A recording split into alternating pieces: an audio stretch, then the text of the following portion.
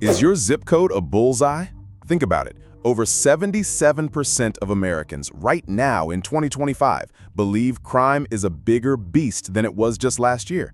And we're not talking about opinions from some talking head on cable news.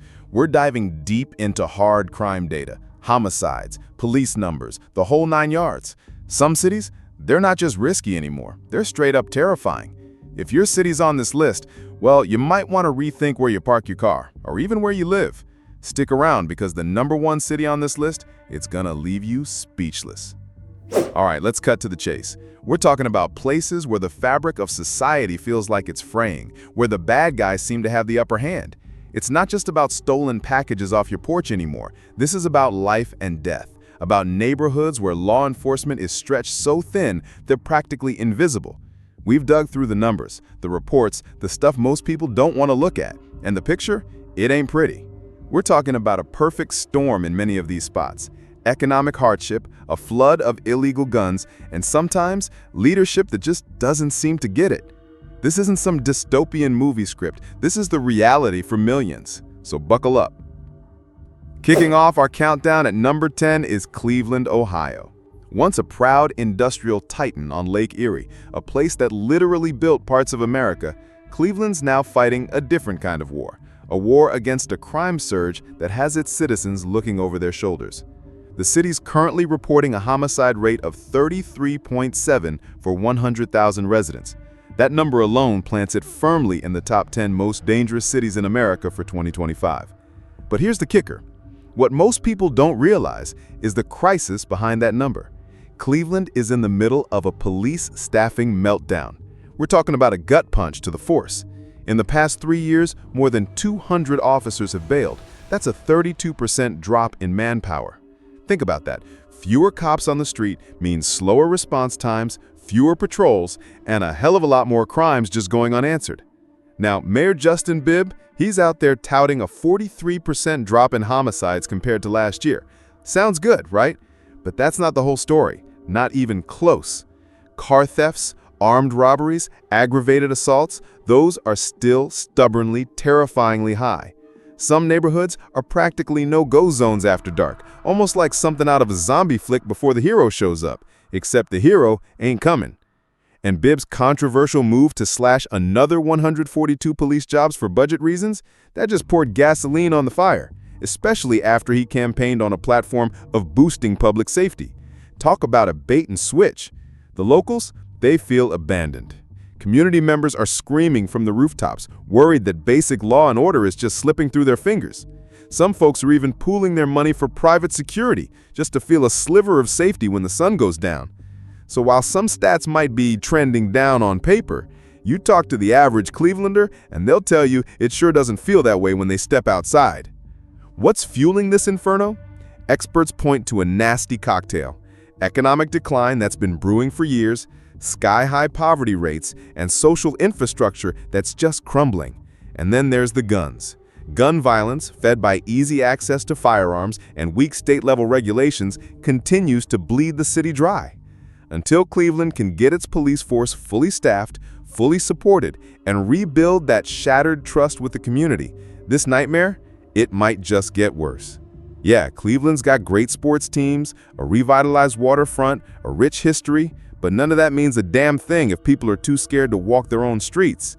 Is Cleveland turning a corner, or is it spinning out of control? Only time will tell, but right now, the outlook is grim. Rolling in at number 9, we've got Kansas City, Missouri. Yeah, the place known for its world-class barbecue, enough to make your mouth water from 100 miles away, and those deep jazz roots. But in 2025, it's also carving out a much darker, more sinister reputation. One of the most dangerous cities in America. With a homicide rate of 30.7 per 100,000 residents, Kansas City hasn't just broken records, it's shattered them. We're talking 182 homicides in 2023. That was the highest in its entire history. That's not just a statistic, my friends. That's a 5-alarm fire. So what's driving this explosion of violence? At the dark heart of it all, gun access. Missouri, and you got to hear this, has some of the weakest, most porous firearm laws in the entire country. No background checks for private sales, no permits required to carry, Minimal, and I mean minimal restrictions on who can openly carry a weapon in public. Get this, in 2023, the Missouri House actually shot down a bill, rejected it, that would have banned minors, kids, from openly carrying firearms without adult supervision. Let that sink in for a second. Teenagers walking around with guns, legally.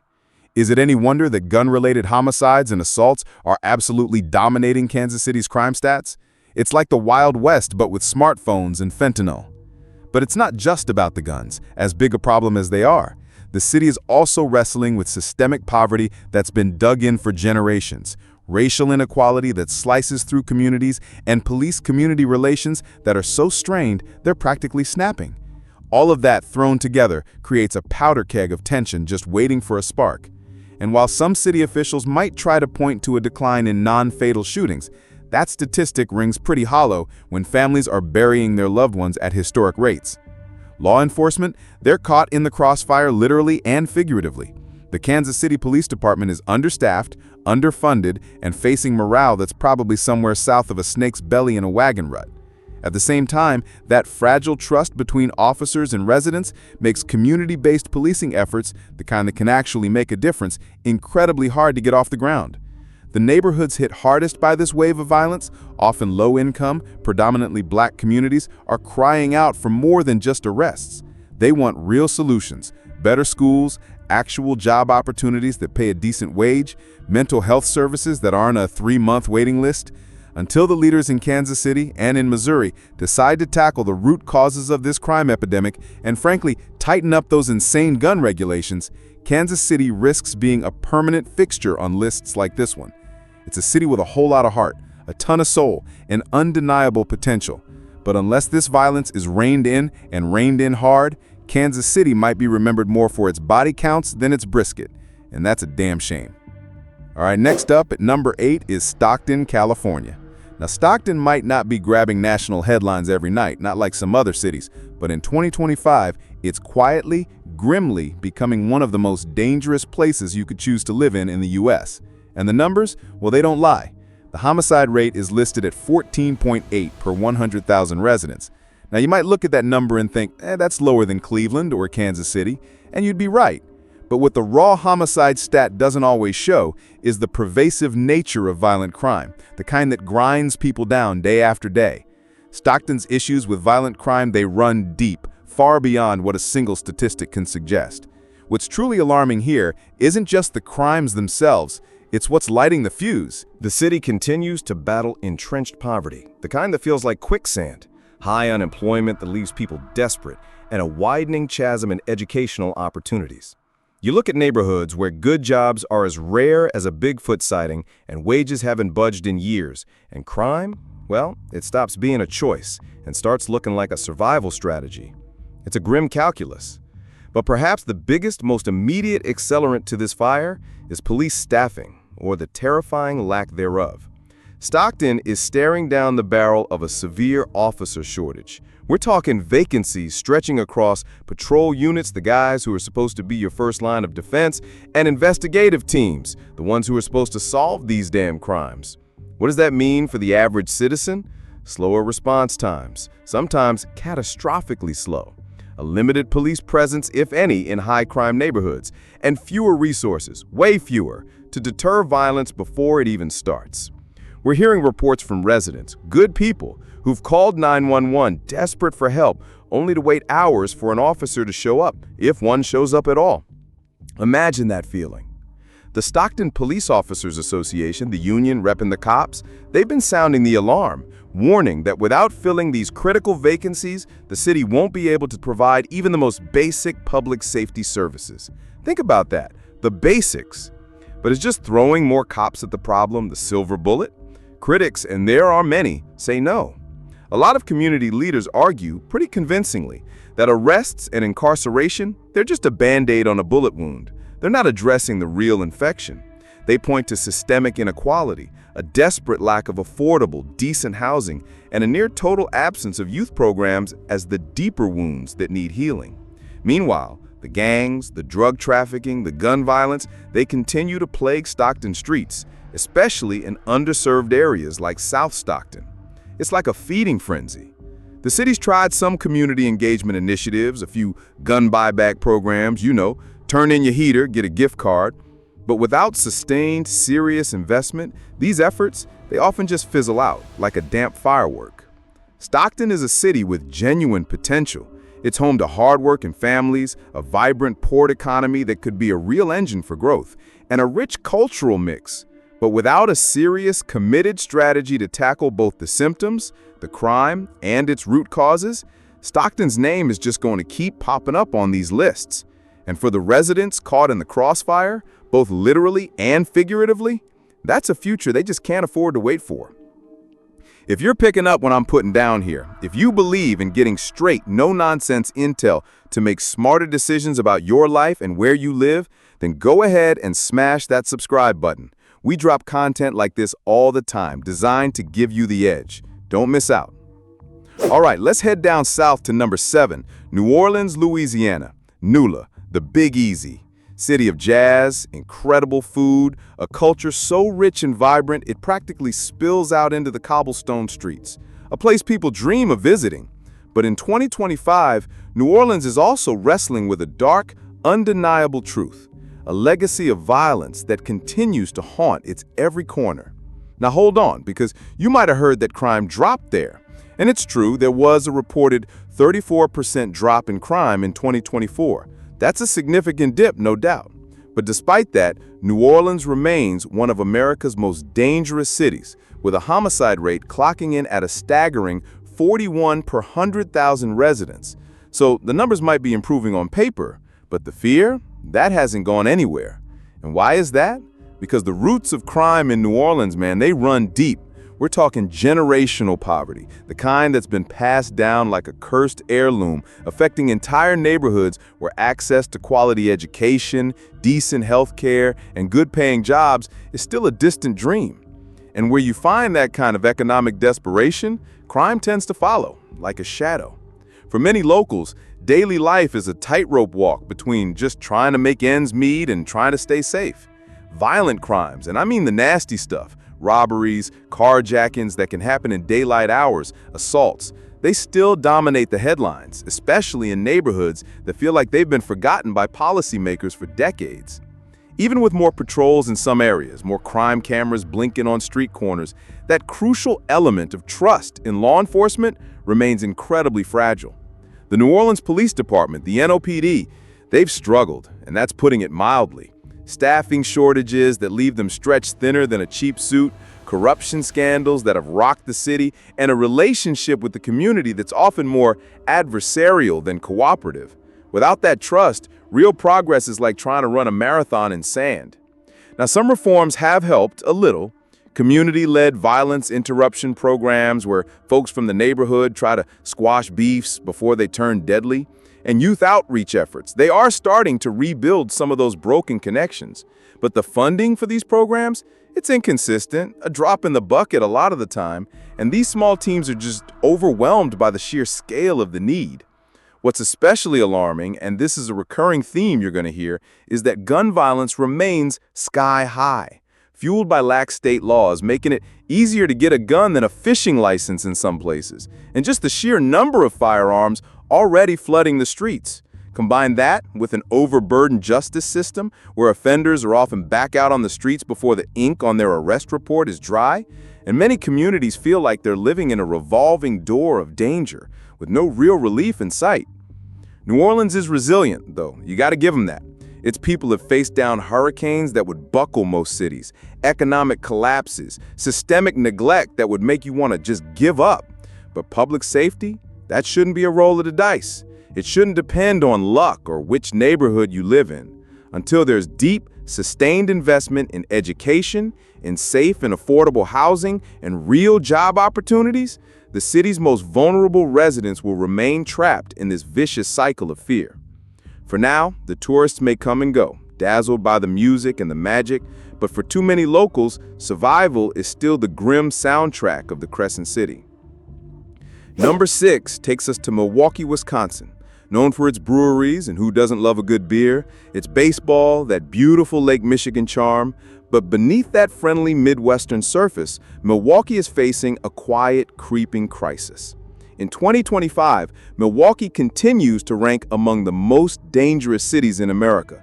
We're looking at a homicide rate of 37.9 per 100,000 residents. And here's a worrying trend. While some forms of crime, like burglary and property theft, are actually declining, which is good, don't get me wrong, violent crime, especially shootings, is steadily, relentlessly climbing. What's driving this surge, this wave of violence in a city that many still picture as, pretty calm? Experts, the guys who study this stuff for a living, they point to the usual suspects, the same damn culprits we see time and again. Crippling poverty, systemic inequality that creates these invisible walls between communities, and you guessed it, easy access to firearms. Milwaukee has long struggled with incredibly high levels of segregation, some of the highest in the nation, and concentrated poverty, particularly in its majority black neighborhoods where opportunities are scarce and tension, understandably, runs high. It's like a pressure cooker with no release valve. And since the pandemic hit back in 2020, things have only gotten worse. Homicides in Milwaukee literally doubled from their two-decade average. They hit record highs in 2022, and frankly, they're showing no signs of reversing course. In many of these tragic cases, what starts as a minor dispute, an argument over a parking spot, or some stupid beef on social media is turning deadly. Why? Because of the sheer number of guns on the street. Gun sales absolutely soared during the pandemic, not just in Milwaukee, but across the country. And now many of those weapons are being used in violent confrontations. City officials themselves have acknowledged it. Disputes that once might have ended in a shouting match, maybe a fist fight back in the day, now too often end in gunfire. A life snuffed out over nothing. But it's not just the crime statistics that are painting a grim picture. It's the erosion, the crumbling of public trust. Many residents, especially in those harder hit neighborhoods, feel like the police department is either completely overwhelmed, just treading water, or worse, ineffective. Despite efforts to build better community relations to bridge that gap, tensions remain dangerously high. And the problem? It doesn't stop there. Milwaukee is facing a youth violence crisis. We're seeing increasing reports of juveniles, kids, involved in carjacking, shootings, gang activity. It's heartbreaking. Without adequate after-school programs to keep them engaged, without mental health support for kids who are clearly traumatized, without family services that can step in before things go completely off the rails, the city risks losing its next generation to the streets, to a cycle of violence that just keeps spinning. Still, Milwaukee is trying to fight back. There are initiatives like violence interruption teams, similar to what we talked about in New Orleans, and community investment projects underway. But many argue, and it's hard to disagree, that they just aren't happening fast enough or at the scale that's truly required to turn this massive ship around. Milwaukee isn't giving up, you can feel that. But the question, the million-dollar question, remains. Will reform and real investment come before more lives are lost? For now, far too many families in Milwaukee live in fear, caught in that agonizing space between a desperate hope for change and the harsh, often brutal reality of daily violence. All right, pulling into the number 5 spot is Little Rock, Arkansas. The capital city of Arkansas, a place with history, government buildings, a certain southern charm, but in 2025, it's also earning a far more troubling, far more dangerous title, one of America's most hazardous cities. We're talking a homicide rate of 39.2 per 100,000 residents. For a relatively small city, Little Rock is grappling with big city crime problems that just refuse to go away. In fact, 2021, that year marked a grim, bloody milestone when Little Rock hit a record 81 homicides. And the trend? Well, it hasn't exactly slowed down since then. Violent crimes, especially those involving firearms, remain stubbornly, frighteningly high. And while city officials have rolled out initiatives like the city's crime reduction strategy, sounds official, right? Many argue that it's fallen drastically short of its goals. And why is that? Because critics say it focused too much on just policing, on arrest, and not nearly enough on the root causes, the things that actually breed crime in the first place: grinding poverty, deep-seated inequality, and a profound sense of community disconnection. Despite being home to cultural institutions, universities, the seat of state government, Little Rock faces these deep socioeconomic divides. In too many neighborhoods, unemployment is rampant, positive youth programs are virtually non-existent, and school resources are stretched so thin they're almost transparent. All of that creates a fertile breeding ground for crime, for despair. And then there's the issue of guns. Again, Arkansas has some of the loosest, most permissive firearm regulations in the entire nation. We're talking no background checks for private gun sales. Think about that. That means more guns on the street, more opportunities for any conflict, any argument to turn deadly, and fewer tools, way fewer tools for law enforcement to intervene before the trigger gets pulled. This has made it incredibly easy for individuals, even those with known criminal histories or documented mental health issues, to get their hands on weapons. The consequences of this are felt citywide, with residents living in constant fear of becoming the next headline, the next grieving family on the local news. Families hesitate to let their children play outside, the way kids should.